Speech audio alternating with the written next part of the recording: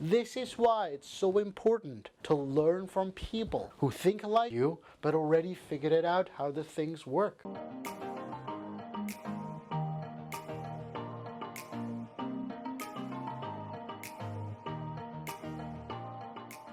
Hey, what's up you guys? Lukas here from excelwealth.com. Now in today's video, I want to talk about how anyone, just like you and me, can invest and become rich. And in this story, I'm going to show you how Warren Buffett did it from his past to his current day life. And of course, how you can anticipate to that and of course, make your own fortune. Okay, let's get into it. Now, Warren Buffett is it a special case? Well, he's one of those people who is a self-made billionaire. Not even a millionaire, but a self-made billionaire. Now, we don't have that many billionaires in this world. If you know that we have over 7 billion people on this planet Earth, yes, Earth, because, you know, we don't inhabit other planets yet. And from those 7 billion people, there are over 2,000 people who are a billionaire. So Warren Buffett started at the age of 11. Now, why is this a starting age? Okay, so why did he start at 11 years old? He was reading a book. One of the books that he found in his father's library was the book called 1,000 Ways to Make $1,000. Now, you might be thinking, wow, 1,000 ways to make $1,000. Interesting, not that super impressive, but you gotta think it like this. This book was published back in 1936. I tend to use an inflation calculator, and I'll put the link down below in this description so that you can use it as well. You can tell how much $1 from 1936 is valued currently in 2020. Okay, so $1,000 in 1936. If you currently check that out, that is over $18,000. If you're only a kid who's like 9 years old, reading books like this, how to make $18,000 in 1,000 ways. Now, that would be kind of interesting. You're only like 9 or 10 years old.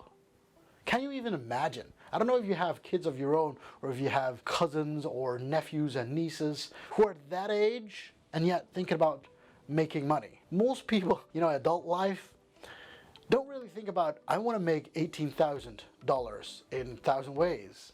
Well, they actually think about it, but they don't really do it, right? Now, how about you? Do you really think about, how could I make $18,000? And a young boy called Warren Buffett at the age of 11 actually started making money already. Because at the age of 11, it's not that he read this book at the age of 11. No, at the age of 11, he already bought 3 stocks. Actually, he bought 6 stocks and he gave 3 to his sister Doris, who was 3 years older. So she was like 14 years old. But you have to understand this. The stocks that he bought it from City Services, which was an oil company back in the 1930s. So you have to understand, so he was only 11 years old. Now, Warren Buffett was born in 1930. That means in the 1940s, he already bought a stock. He bought 6 stocks, each stock valued at $38 of that company. 6 stocks. Now you might be thinking, $38, how much is that in current amount of money? Well, in 2020, this is over $660. We're talking about a young boy, 11 years old, buying 6 stocks, and each stock valued at $38 back then in the 1940s, currently valued at $660. Now, I don't know about you, but if you have a son or a daughter at 11 years old buying stocks valued at almost $4,000 right now, what would you tell your kid? Would you say like, okay boy, well done, go buy some stock? So what would you do if you're making $4,000 as a monthly salary and your son of 11 years old is already spending $4,000 already on stocks, thinking like, Dad, I'm gonna buy some stocks and I'm gonna make money from this? Well, the cool part is this, of course. His dad was, of course, a U.S. congressman. He was making money. It's not a poor family, and they were running the numbers already, so I'm sure that they had their conversations and arguments as a family as well. Now, you think about that. At the age of 15, Warren Buffett was already making $175 on doing paper rounds, on doing little jobs that he had, on doing little businesses that he already owned.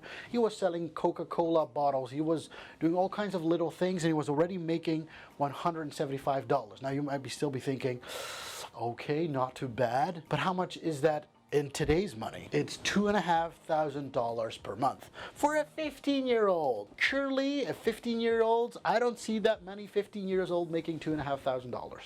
We have a young boy in the middle of the Second World War making $175. Well, I think people in war were making less than that. The story continues, and the moment Warren Buffett actually finished high school, he actually wanted to go into business, but his dad actually encouraged him to go study. Maybe studying makes you wealthy. That's what he thought. He did go study, and he went to different universities, but he quit them. And at the age of 19, that's why I'm writing down 19, at the age of 19, he actually found his own mentor, Benjamin Graham. And Benjamin Graham was already one of his examples because he was reading the books of Benjamin Graham.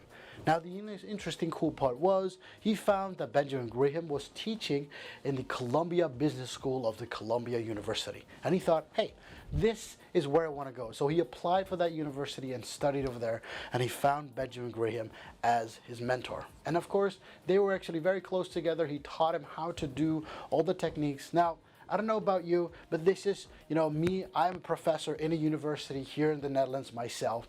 And yes, I found a few of my students as well. They thought like, Lucas, I want to learn from you. I want to learn how you do your investments. But without the knowledge of without the knowledge of Benjamin Graham, Warren Buffett would never achieve the place that he is right now. So the same question goes to you. Are you taking on the knowledge of a coach? Are you taking on the knowledge of a mentor? Doing things by yourself, you can achieve great things. Take a look at Warren Buffett. At the age of 11, buying stocks at $4,000. But at the age of 15, earning over $2,500 per month. It's not a bad idea. It's not doing bad. But with the help of a mentor, he was able to learn the strategy and the formula of how to invest long term. So it's not only like, let's try this out, but let's try this out with an actual strategy. This is why it's so important to learn from people who think alike like you, but already figured it out how the things work. This is why I'm shooting videos like these as well. I'm trying to show you that you don't have to be alone. You can watch all these videos. Currently we're watching these videos on social media, on YouTube, on Facebook, on Instagram. We're watching these videos just like Warren Buffett doing back in his time, reading all those books, becoming financially educated. And that's my job as well, because I just want to have fun teaching stuff like this because I've done this myself, but I want to help you as well to grow, to think like, hey, I'm not the only one thinking like this. I want to grow as well. I want to think like, the moment I reach the age of fill in the blank, I want to become a millionaire or fill in the blank. It's whatever you want to be. If you want to be financially free, now you don't have to be a millionaire to be financially free, but if you want to be financially free at the age of 25, for example, saying like, I want to travel the world when the crisis is completely over, and I don't want to have to worry about money. Well, you can achieve that, but you have to have a certain strategy to achieve that. And Warren Buffett found his mentor in Benjamin Graham. So how about you? Who's your mentor? Who's your life example? Who's going to show you the steps of what you need to do to achieve what you need to want? Think about that. So let's go into the strategy that Warren Buffett is applying right now for the last 40, 50 years or so. His business partner, Charlie Munger, of course, they were actually together in the company of Berkshire Hathaway, which he actually joined. Berkshire Hathaway, what actually does is they tend to buy shares of companies and make their money through that. Now, the interesting part is this: how do you know which companies are successful? So this formula that they actually tend to use is the business needs to be great, and the value of the business needs to be reasonable.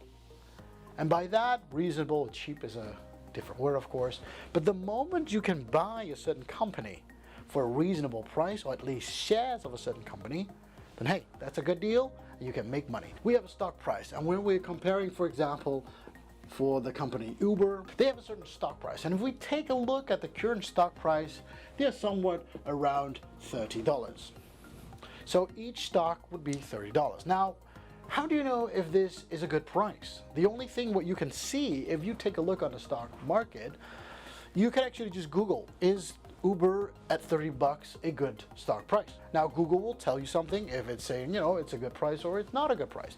But the only thing is, what you could do is you could look into the history of Uber. And in crisis times, Uber was valued at $20 per stock. And you might be thinking, ooh, and it rose in price. Yes, but if you take a look at last year's price, it was like $38.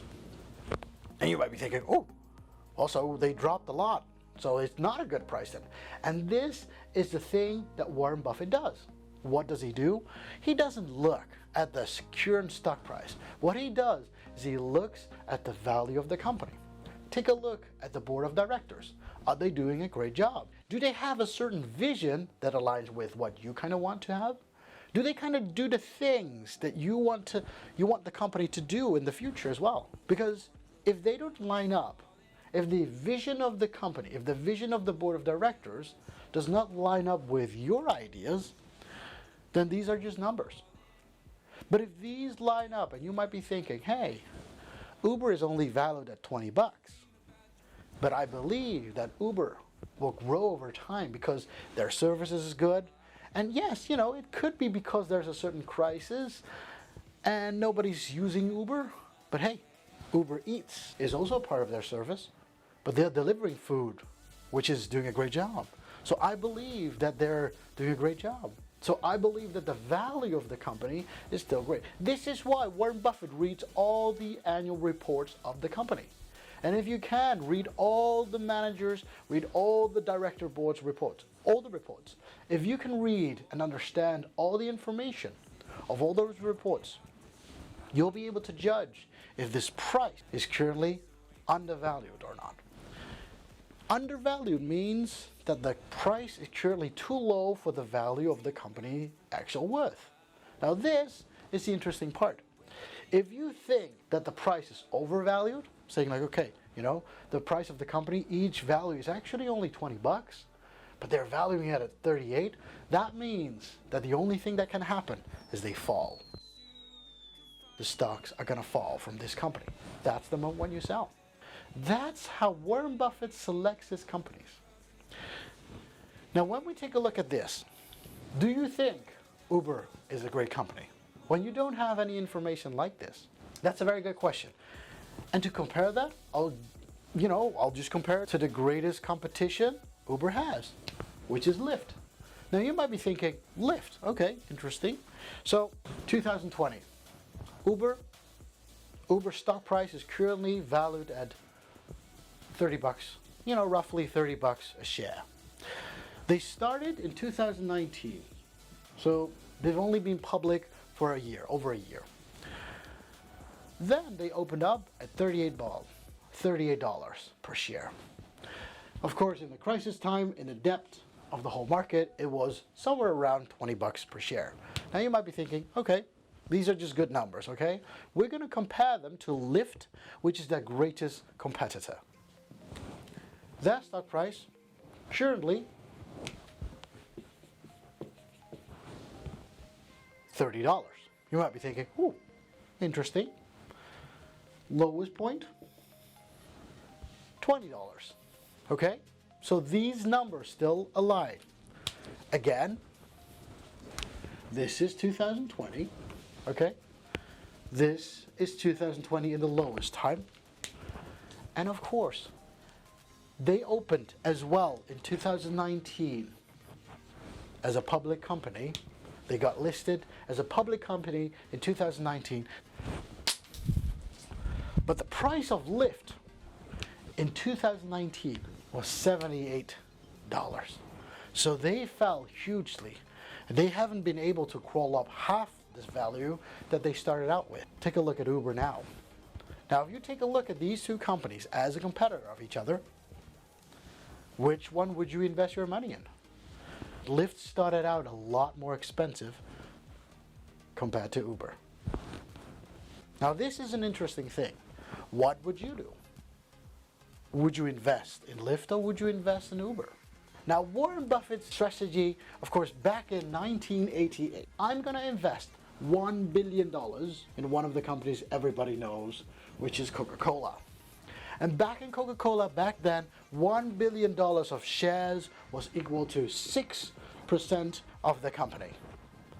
Now, Coca-Cola does dividend, so when you buy a stock of Coca-Cola, they give you 3.51% of those shares, of course. They'll say like, hey, you know what? Because you invested with us, we'll give you a part of the share. Coca-Cola has grown in value as well.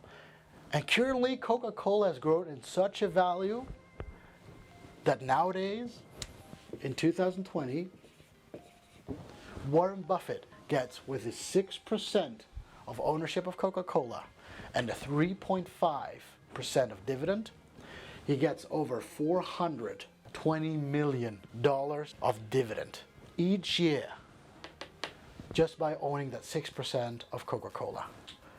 So do you think that the $1 billion that Warren Buffett invested back in 1988 is a good deal? This is why Warren Buffett's idea of selecting a great company at a reasonable price.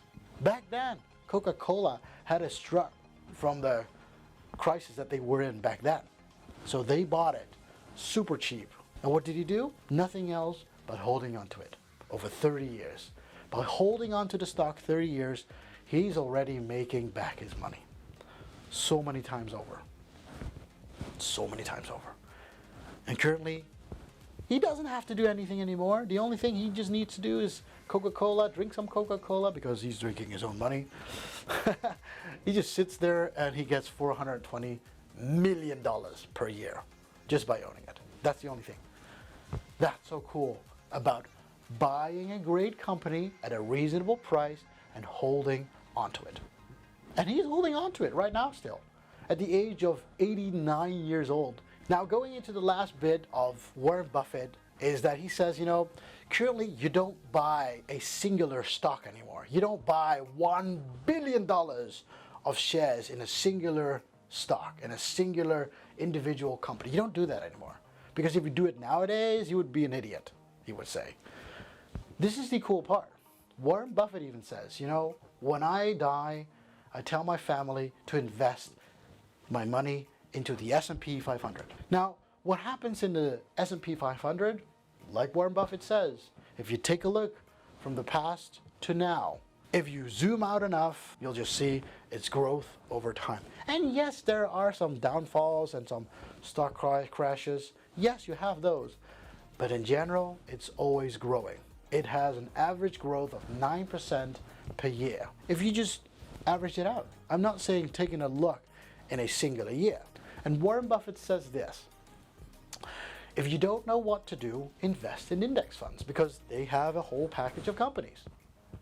It's safe, it's a low risk, and yet it grows over time. And the only thing is, what he does in his life, hold on to the stock for 70 years, and then you'll always be rich.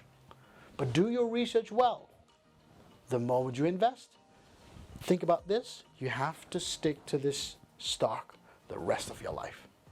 That's the whole idea. He doesn't teach us to say like, you know, you have to stick to it and never let go of it. That's not the whole case. He's just saying, stick to it, and until it's overpriced, hold on to it. If it's never overpriced, just hold on to it. The moment it's overpriced, sell it off, because then nobody wants those anymore. That's the moment the market crashes. Okay, thank you very much for watching today's video. Of course, if you liked the video, be sure to hit that like button. If you're new to the channel, you haven't subscribed to the channel yet, be sure to hit that subscribe button. If you like the video and you want to be notified every time a new video comes out, of course, be sure to hit that notification bell as well. Thank you very much for watching, of course, and I wish you best of luck and happy investing. Bye-bye.